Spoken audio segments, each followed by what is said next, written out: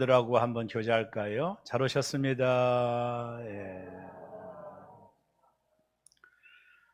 우리가 이 땅을 살면서 나이 들면 뭐 영걸어 간다고 하는데 깨닫는 사실 하나는 이 땅을 살면서 가장 소중한 것이 무엇일까 이것을 생각을 하게 돼요.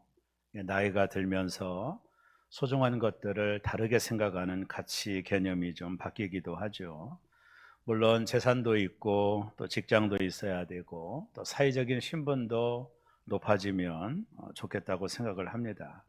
그러나 이 땅을 살면서 가장 중요한 것은 뭘까? 저는 만남이라고 정의하고 싶어요. 부모님과의 만남, 우리가 선택할 수 없지만 좋은 부모님과의 만남도 축복이고 또 친구들과의 만남, 또 중요한 배우자와의 만남, 또 좋은 성도와의 만남, 또 좋은 이웃과의 만남, 이런 만남들은 우리가 살아가는 인생의 가장 큰 축복이다, 이런 생각을 참 많이 하게 됩니다. 그래서 가장 큰 축복은 만남의 축복이 아닌가 이런 생각을 하게 돼요. 정말 이 땅을 사는 동안 그러면 가장 중요한 만남이 뭘까? 수많은 만남을 우리가 갖고 있는데 가장 중요한 만남은 저는 예수님과의 만남이라고 말하고 싶습니다. 예수님과의 만남은 이 땅의 그 어떤 만남보다도 가장 소중한 만남이다 이렇게 보고요. 그분과의 그 진정한 만남이 이루어지려면 그분을 아는 것이 먼저 중요합니다. 하나님께서 이스라엘 민족에게 늘 말했던 말씀이 뭐냐면 너희가 여호와를 알아야 된다. 이런 말씀 많이 하셨거든요. 그 대표적인 성경이 호세아 6장 3절에 보면 그러므로 우리가 여호와를 알자, 힘써 여호와를 알자. 우리가 믿는 하나님이 어떤 분인지 아는 것만큼 우리의 만남은 깊어지는 거거든요. 그래서 여호와를 알자 이렇게 말씀했듯이 우리가 예수님과의 만남이 가장 소중한 만남이라고 동의하신다면 우리는 예수님이 누구신지를 알아야 되는 것이죠. 여러분은 예수님에 대해 잘 알고 계십니까? 이런 질문을 던지면 목사님 제가 지금 교회 다닌 지가 몇 년인데요 이렇게 말씀하실 수도 있고 제가 수십 년 동안 교회를 다녔는데 내가 예수님 정도는 알죠 라고 반문하실 수도 혹은 있을 거라고 봐요. 실존주의 철학자였던 카를 야스퍼스는 이 땅에 4대 성인이 있다라고 이야기를 했어요. 야스퍼스가 첫 번째는 소크라테스, 두 번째는 석가모니, 세 번째는 공자, 그리고 네 번째는 예수. 이게 인류의 4대 성인이라고 그는 이야기를 했습니다. 여러분, 야스퍼스가 말한 대로 예수 그리스도가 과연 4대 성인 중에 한 분 정도일까요? 저는 동의하기가 참으로 어렵습니다. 저는 오늘 본문을 통해 예수님이 누구인지 한 청년의 이야기를 통해 그것을 말씀을 나누며 은혜를 받고자 하는 것입니다.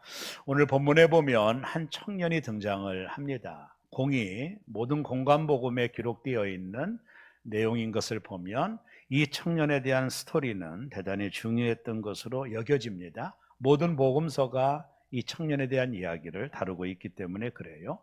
공관복음의 내용을 전체 통합적으로 이 청년을 소개하면 먼저 이 청년은 부자였습니다. 여러분, 청년이 부자였다. 유대 사이에서 젊은 사람들이 부자가 되는 것은 어려워요. 한마디로 말하면 요즘처럼 뭐 벤처기업을 한다든가 IT 기술이 있어서 청년들이 돈을 많이 버는 경향도 요즘은 있지만 로마의 속국이었던 유대 사이에서 청년이 부자가 되는 것은 제가 볼 때는 거의 불가능해요. 그럼 이 청년은 어떻게 부자가 됐을까? 아마 제가 생각할 때 아버지로부터 많은 재산을 상속받았을 것입니다. 그렇지 않고는 청년이 부자가 되기는 어려운 시대이기 때문에 그렇게 추론할 수가 있어요. 그리고 이 청년은 누가복음에 보면 관원이다 이랬거든요. 청년이고 부자고 관원이다. NIV 성경을 가지고 보니까 VIP다 이렇게 했거든요. 한마디로 말하면 그 당시 사법고시나 행정고시를 패스한 아주 그 높은 곳에 앉아 있는 사람의 나이에 비하여 사회적인 덕망과 지위도 있었던 사람입니다. 요즘 말로 말하면 좋은 신랑감일 거예요. 모든 것을 가지고 있고 괜찮은 청년이에요. 요즘 하는 말로 아주 훌륭한 교회 오빠. 옛날로 말하면 해당 오빠 정도 되었더라고 봐요.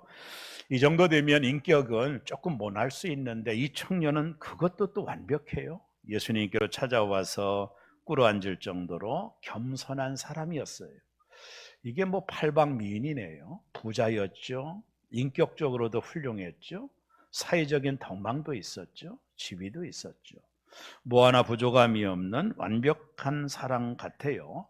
다 여기서 끝나지 않고 예수님과의 대화 중에 어렸을 때부터 하나님 말씀을 지켰다라고 말하는 걸 보면 그것이 거짓이 아니라면 종교적으로도 흠이 없는 사람이에요. 그러니까 이 사람은 모든 걸 갖추고 있는 겁니다. 사회적인 덕망도 있고 재산도 많았고요. 상속받아서. 그리고 VIP였고 그리고 또 겸손했어요. 그것도 모자라서 종교적으로 율법적으로는 부족함이 없는 유대인이었어요. 자, 어떻게 보면 모든 것을 갖춘 이 사람이죠. 이 사람이 예수님을 찾아온 거예요. 이 정도 되면 예수님 찾을 일이 없죠. 뭐 원하는 게 없을 정도로 다 갖췄으니까. 그러나 율법을 어렸을 때부터 지키고 사회적인 덕망과 물질의 부유함이 있더라도 이 청년에게는 뭔가 알 수 없는, 도대체 해석할 수 없는 마음의 공허감이 있었을 거예요. 그렇지 않고는 예수님을 찾아올 리가 없죠. 해석할 수 없는 모든 걸 가지고 있고 존경받고 부자였고 겸손했고 그리고 종교적으로 율법을 잘 지켰던 사람이었기 때문에 이 사람에게는 혹여 부족한 점이 없는 것 같은데도 우리가 알지 못하는 마음속에 뭔가 채워지지 않는 갈급함이 있었기에 이 사람이 예수님을 찾아왔어요. 근데 우리가 본문의 마지막 절에 보면 제가 오늘 설교 제목도 그렇게 달았지만 예수님과 결별을 해요. 그리고 자신의 뒷모습을 예수님께로 보이며 예수님을 떠나갑니다. 예수님은 나를 따라오라고 내 제자가 되라고 말씀을 하셨는데도 불구하고 이 청년은 예수님과 좋은 만남을 갖지 못하고 집으로 돌아갔던 이 청년에게 도대체 무슨 일이 있었을까요? 그것을 오늘 함께 나누고자 하는 겁니다. 이 청년이 예수님과 좋은 만남을 할 수 없었던 이유, 예수님의 진정한 제자가 될 수 없었던 이유는 몇 가지가 있는데 그 중에 첫째가 잘못된 예수관이 이 청년에게 있었어요. 오늘 성경은 끊임없이 이 청년이 예수님을 부르는 한 단어를 주목하게 만듭니다. 그것은 청년이 예수님을 선생님이라고 불러요. 자, 한번 마가복음 10장 17절을 한번 다 같이 말씀을 읽습니다. 예수께서 길에 나가실새 한 사람이 달려와서 꿇어앉아 묻자오되 선한 선생님이여 내가 무엇을 하여야 영생을 얻으리까? 이 사람은 예수님을 선한 선생이다. 여러분, 그다시 선생은 랍비라고 하거든요. 유대 사이에서 랍비는 존경의 대상이고 랍비가 걸어가는 것을 누군가가 보면 절을 해야 될 정도로 유대 사람들이 존경하는 사람이 랍비예요. 희당을 관리하는 사람이죠. 한마디로 말하면 이 청년은 예수님에 대한 소문을 듣고 큰 랍비가 나타났다고 믿은 거예요. 그래서 내가 이분을 찾아가면 배울 것이 있을 것 같고 자신의 인생에 유익할 것 같아서 예수님을 찾아온 거거든요. 그러니까 이 부자 청년은요, 모든 것을 다 갖췄지만 마음에 헛헛한 마음이 있어서 예수님을 찾아와서 자신의 이 헛헛한 마음을 해결해 줄 수 있는 사람임에는 틀림이 없다고 예수를 본 거예요. 왜요? 훌륭한 랍비니까. 랍비 정도 되면 자신의 이 딜레마를 해결할 수 있다라고 믿었기 때문이죠. 그래서 그는 예수님을 찾아온 것입니다. 여러분, 예수님이 랍비 정도일까요? 이 청년이 놓치고 있는 것이 있음을 우리는 알게 되죠. 신앙생활을 하는 사람들 중에도 겉으로는 신앙생활을 잘하는 것 같지만 성장이 없고 변화가 없는 사람들을 유심히 살펴보면 이들에게도 동일한 현상이 있어요. 그저 예수를 선한 선생 중에 하나로 생각하는 경향들이 있어요. 여러분, 신앙은 제가 생각할 때 오늘 말씀의 중요한 키워드인데요. 신앙은 예수님을 선생으로 바라보고 있는 한 성장은 없어요. 이게 신앙이 가지고 있는 모습입니다. 오늘 여기 이 청년은 예수를 그냥 좋은 스승 정도로 바라보고 있었던 관점이 있었다라는 거예요. 이런 사람들은 주님과 좋은 만남을 갖기가 어렵고 신앙이 성장하기가 참으로 어려워요. 그런 특징을 가지고 있는 겁니다. 우리도 예수께 주일마다 달려 나올 수 있어요. 이 청년처럼 말이죠. 또 사회적인 지위를 가질 수도 있고 경제적인 풍요를 누릴 수도 있고 종교적인 계명들을 잘 지킬 수도 있어요. 주일마다 예배에 나와 하나님께 기도도 하고 얼마간의 헌금도 하고 겉으로는 부족함이 없어 보일 수도 있어요. 이 청년처럼 말입니다. 그도 종교적인 행위를 다한 사람이었기 때문이에요. 그리고 그는 자신이 있었던 사람이에요. 겉으로는 그랬어요. 그러나 그는 예수님을 단지 선생으로 바라보고 있는 겁니다. 율법을 지키고 사회적인 명망도 있었던 이 사람이 뭔가 채워지지 않는 갈급함 때문에 예수님을 찾아올 때 그 동기는 자신에게 훌륭한 선생이 되어서 이 자신의 이 딜레마를 해결해 달라고 하는 목적으로 좋은 스승으로 선생으로 바라보며 예수님을 찾아왔다는 겁니다. 여러분, 신앙은 우리가 예수님을 단지 랍비로 여기는 정도로 끝나면 신앙은 성숙할 수가 없어요. 우리가 믿는 예수님은 하나님이십니다. 랍비 정도가 아닙니다. 우리가 믿는 예수님은 하나님이시고 예수님으로 말미암아 우리가 구원을 받을 수 있다라는 거예요. 그분은 구원자요 세이비어입니다. 우리를 모든 자에서 구원할 분이 바로 예수님입니다. 그분은 우리에게 좋은 강연 하나 해주는 정도가 아니에요. 그분은 메시아 그 자체이십니다. 오늘 이 청년은 예수를 랍비 정도로 생각하고 있는데 예수님은 그 정도가 아니에요. 자, 마태복음 1장 21절에 이런 말씀이 있는데 한번 읽어볼까요? 아들을 낳으리니 이름을 예수라 하라. 이는 그가 자기 백성을 그들의 죄에서 구원할 자이심이라 하니라. 예수 그리스도의 탄생을 예언하며 예수님은 누구라고요? 자기 백성을 그들의 죄에서 구원할 자이시다. 이분이 예수님이라는 거예요. 오늘 성탄을 준비하고 있는 사랑하는 교우 여러분, 저와 여러분이 믿는 예수님은요 랍비 정도가 아닙니다. 우리에게 좋은 말씀이나 해주는 스승 정도가 아니에요. 예수님은 그분은 자체적으로 구원자예요. 여러분, 죄인은 지옥 가죠? 이게 명제입니다. 죄인은 천국에 갈 수가 없습니다. 근데 모든 사람은 다 죄인이에요. 로마서에 보면 의인은 없나니 아무도 없다 그랬어요. 우리는요 태어날 때부터 아담의 원죄를 가지고 태어나는 겁니다. 이것은 무엇으로도 해결받을 수가 없어요. 우리 모두는 죄인이에요. 죄인이 갈 수 있는 것은 오직 한 곳입니다. 영원한 지옥입니다. 우리가 율법을 지킨다고 해서 우리의 죄가 깨끗해지는 게 아니에요. 율법은 우리가 죄인이라는 것을 더 드러낼 뿐입니다. 이 땅에 천국 갈 사람은 아무도 없어요. 모든 사람이 죄를 범하였음에 하나님의 영광에 이르지 못한다고 했기 때문에 우리 모두는 죄인이에요. 죄인이 갈 곳은 영원한 지옥밖에 없어요. 어떻게 하죠? 사람은 지옥 가기 위해서 태어나는 겁니다.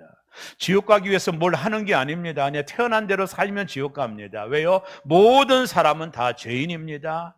이런 죄인을 바라보면서 하나님이 불쌍히 여겼어요. 그래서 하나님이 세상을 이처럼 사랑하사 독생자를 주셨어요. 2000년 전에 당신의 아들 예수 그리스도를 이 땅에 보내셔서 그분이 인간의 모든 죄를 담당하시고 십자가에 달려 죽으셨어요.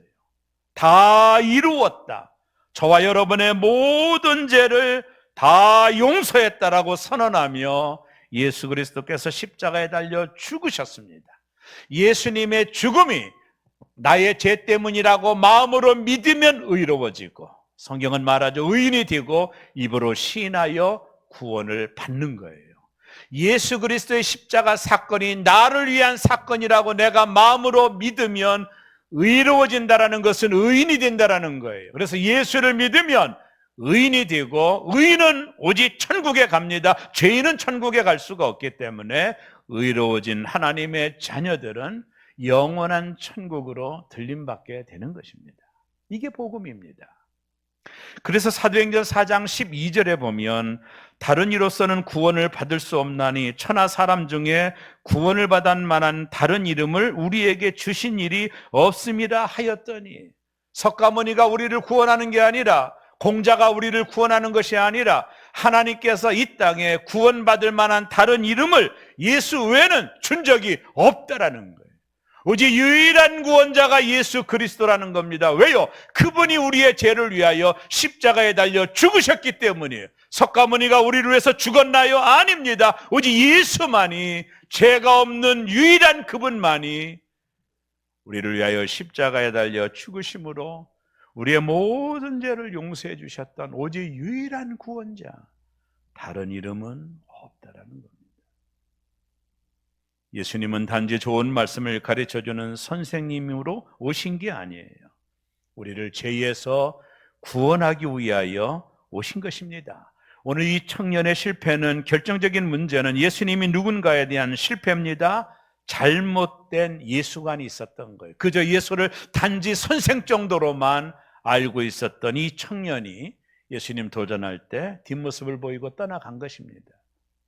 그게 이 청년의 잘못된 예수관이에요. 여러분, 예수님은 선생 정도가 아닙니다. 예수님은 우리의 모든 죄에서 구원할 하나님의 아들이요 메시아임을 믿으시기를 주의 이름으로 축복합니다. 이게 흔들리면 안 됩니다.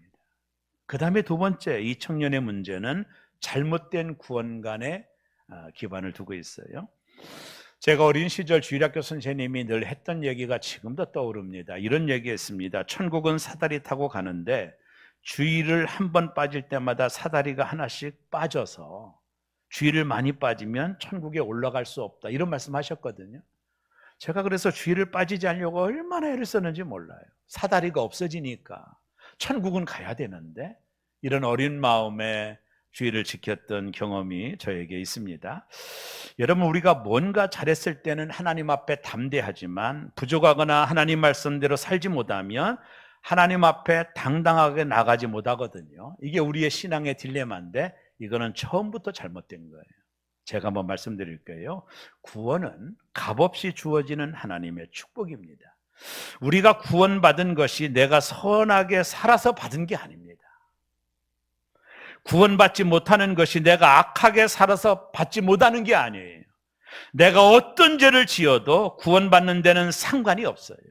또한 내가 어떤 선한 일을 해도 그것 때문에 구원을 받는 게 아닙니다. 구원은 값없이 주어지는 하나님의 은혜입니다. 저와 여러분이 태어나기 수천 년 전에 하나님께서 여러분을 지명하여 불러 하나님의 자녀로 만들어 주신 것입니다. 이게 예정의 축복입니다. 여러분이 태어나서 선한 일을 했기 때문에, 도덕적으로 깨끗했기 때문에 여러분을 구원한 게 아니라, 여러분이 태어나서 죄를 많이 졌기 때문에 구원하지 않은 게 아니라, 그거는 아무 상관이 없이 여러분이 태어나기 훨씬 이전에, 만세 전에 하나님이 여러분을 택하신 거예요. 구원은 우리의 행위와는 전혀 상관이 없이 우리에게 주어진 하나님의 축복인 것이에요.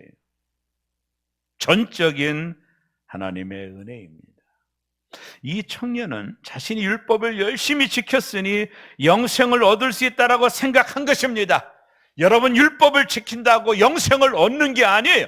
율법은 오직 십자가로 우리를 데리고 가는 길밖에 없습니다. 율법이 613가지가 된 율법을 지킬 수도 없고 지킬 수 있는 자도 없고, 율법을 지켜서 의로움을 받을 수 있는 사람이 있다면 2000년 전에 그분이 오실 이유가 없는 거예요. 이 청년은 자신이 어렸을 때부터 율법을 지켰으니 나는 영생을 얻을 수 있을 것이라고 생각했지만, 마음이 헛뜻해서 예수님을 찾아와서 내가 또 뭐 지킬 것이 있으면 일러주어서 내가 영생을 얻을 수 있게 해달라고 요청하고 있는 거예요. 이 청년은 인간의 행위로 영생을 얻으려고 한 것입니다. 에베소서 2장 8절과 9절에 보면 오늘 이 말씀을 잘 들어야 돼요. 한번 볼까요? 너희는 그 은혜에 의하여 믿음으로 말미암아 구원을 받았으니 이것은 너희에게서 난 것이 아니요 하나님의 선물이라. 행위에서 난 것이 아니니 이는 누구든지 자랑하지 못하게 함이라. 구원은 인간의 행위로 얻어지는 게 아니에요. 이것은 모두 다 하나님의 선물입니다. 여러분이 이 땅에 태어나기 수천 년 전에 하나님 여러분을 선택하신 거예요. 그러니 여러분의 행위에 의하여 구원이 이루어진 게 아니죠. 태어나지도 않았었으니. 구원은 전적인 하나님의 선물입니다. 마찬가지로 내가 구원받기 위해 내가 기한 것이 하나도 없는 거예요. 이미 구원은 결정된 거예요. 하나님. 여러분을 택하신 겁니다. 피할 수가 없어요. 그러니 내가 죄를 많이 졌기 때문에 구원 못 받는 거라든가 내가 선한 일을 많이 했기 때문에 구원받는다라는 게 성립이 안 돼요. 우리의 구원은 훨씬 이전에 이미 결정난 거예요. 오늘 이 청년의 실패는 잘못된 구원관을 가지고 있는 거예요. 청년이 이렇게 말합니다. 마가복음 10장 17절에 예수께서 길에 나가실 때 한 사람이 달려와 꿇어앉아 묻자오되 선한 선생님이여 내가 무엇을 하여야 영생을 얻으리까? 무엇을 하여야? 이 청년은 영생을 얻기 위해 무엇을 해야 하는 것으로 생각을 한 거예요. 즉 내가 무슨 행위를 해야 영생을 얻느냐는 거예요. 내가 무슨 업적이 있어야 구원을 받겠느냐라고 물어본 겁니다. 즉 행위와 업적으로 구원받을 수 있다고 생각한 거예요. 그래서 평생 어릴 때부터 율법을 지켰다라고 말한 겁니다. 이때 예수님께서 청년에게 대단히 중요한 얘기를 해요. 십계명을 지키라. 예수님이 언급한 십계명은 대인관계의 계명이에요. 하나님과의 관계의 계명을 말씀하지 않았어요. 이게 대단히 중요한 겁니다. 대인관계의 계명, 5계명부터 10계명까지를 지키라는 거예요. 이웃과의 관계 속에서 지키는 계명을 지키라고 했더니 청년이 뭐라고 대답했느냐 하면 20절에 이렇게 대답을 했습니다. 다 같이 읽어봅니다. 여짜오되 선생님이여 이것은 내가 어려서부터 다 지켰나이다.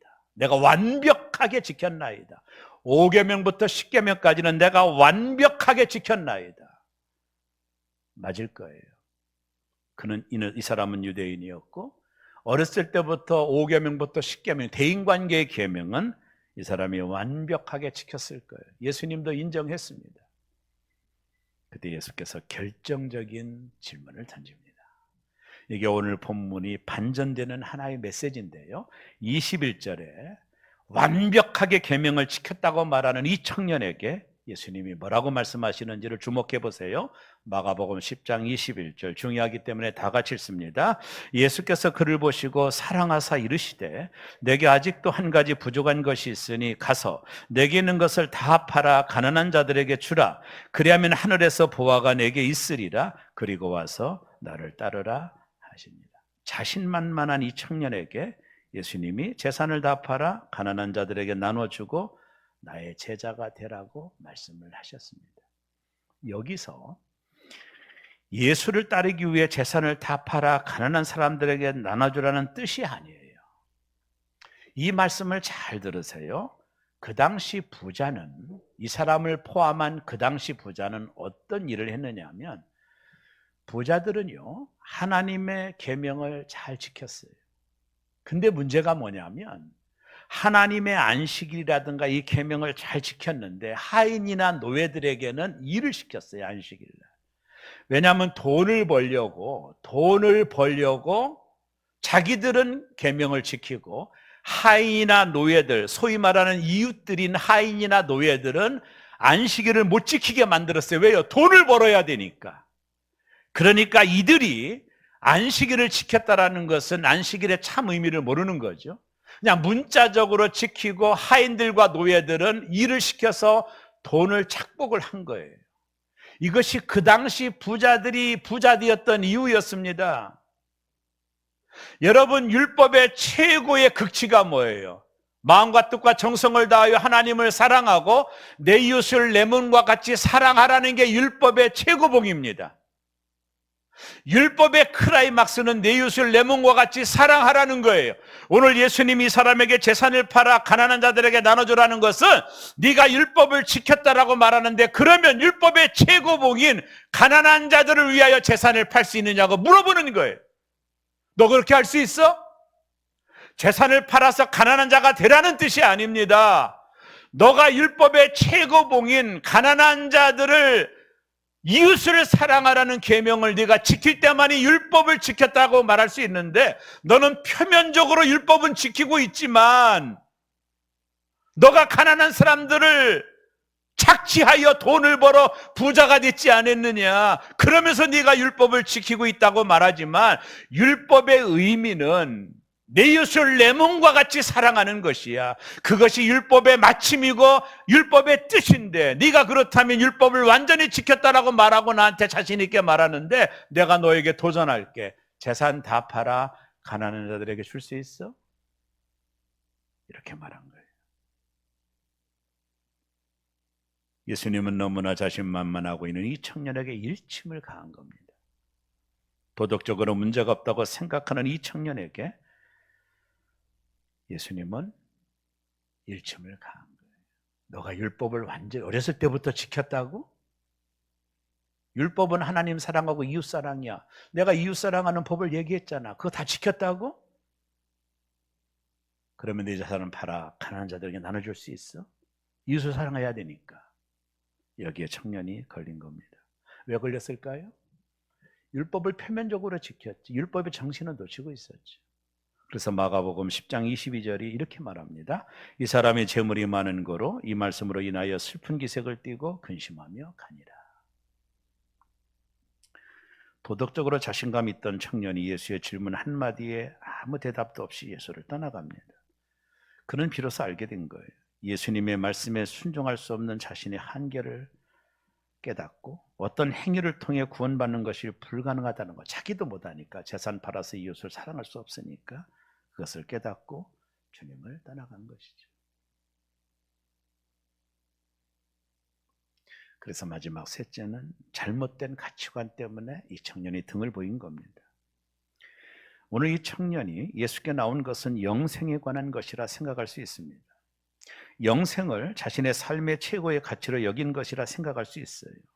동의합니다. 그러나 본문을 자세히 보면 그는 영생보다 재물의 가치를 더 두고 살았던 사람임을 발견하게 돼요. 어떻게 알 수 있죠? 22절에 그 사람은 재물이 많은 거로 이 말씀으로 인하여 슬픈 기색을 띠고 근심하며 가니라.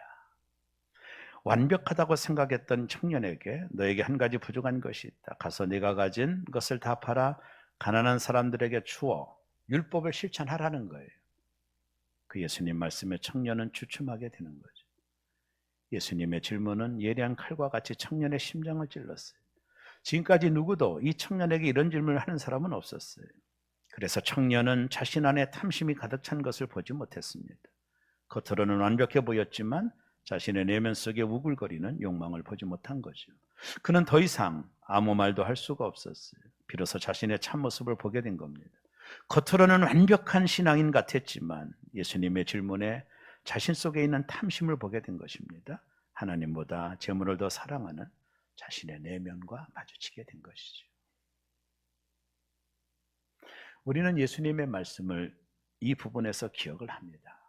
마태복음 6장 24절에 보면 한 사람이 두 주인을 섬기지 못할 것이니 혹 이를 미워하고 저를 사랑하거나 혹 이를 중히 여기고 저를 경히 여김이라. 너희가 하나님과 재물을 겸하여 섬기지 못하느니라.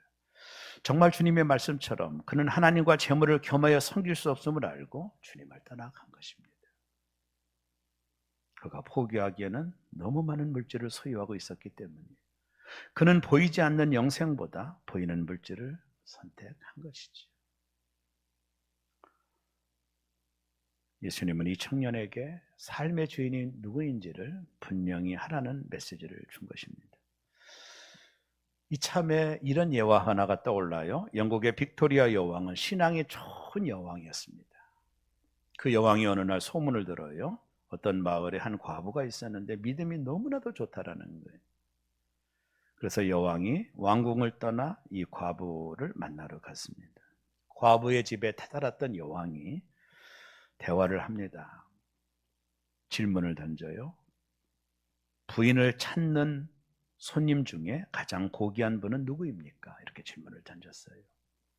여왕은 과부가 예수님입니다라고 대답할 것을 기대했어요. 믿음이 좋다고 했으니까. 근데 과부가 뜻밖의 대답을 합니다. 가장 귀한 손님은 두말할 것 없이 여왕 폐하십니다. 그러자 여왕은 실망을 했어요.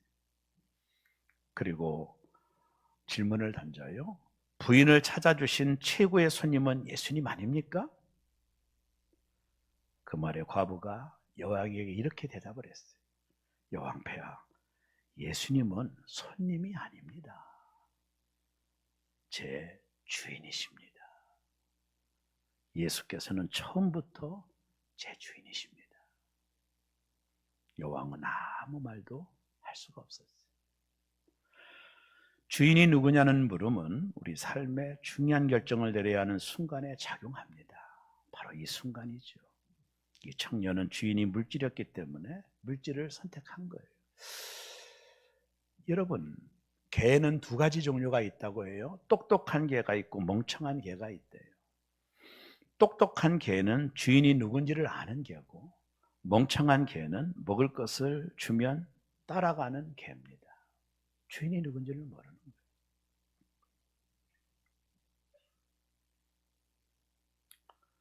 슬픈 기색을 띠고 근심하며 가니라. 영국의 한 신문사가 돈이란 무엇인가 제목의 글을 공모한 적이 있었습니다. 많은 사람들이 공모하며 나름대로의 답을 적어냈는데 1등이 누가 된지 아세요? 신문을 배달을 하는 어린 소년에게 1등이 돌아갔어요. 그의 대답이 1등이 됐어요. 그는 이렇게 말했습니다. 돈이란 천국 말고 어디든지 갈 수 있는 여행권이다. 정확한 대답 아닙니까? 돈이란 천국 말고, 돈으로 천국 갈 수 없으니까 어디든지 갈 수 있는 여행권이다. 돈 있으면 해외여행 어디든지 갈 수 있잖아요. 돈의 파워풀한 힘이죠. 돈은 참으로 좋은 겁니다. 이 어린 소년의 말처럼 모든 것을 여행할 수 있다고 하니 말입니다. 그러나 돈으로 갈 수 없는 것이 하나 있죠. 바로 하나님 나라 천국입니다. 그러나 많은 사람들이 돈 때문에 천국을 놓칩니다. 이 부자 청년은 재물 때문에 영생을, 천국을 포기하고 돌아간 거예요.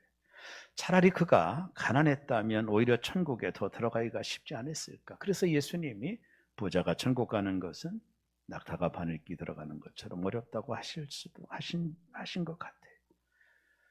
성경에는 이 청년과 정반대의 경우도 나와요. 바로 삭개오입니다. 그는 정말로 큰 부자였습니다. 세무서장 정도 되니 그가 예수를 만나고 자신의 재물을 가난한 자들에게 나눠줬다라고 고백을 해요. 주겠다고. 다른 케이스죠. 그는 천국을 위하여 자신의 것을 내려놓았던 사람이에요.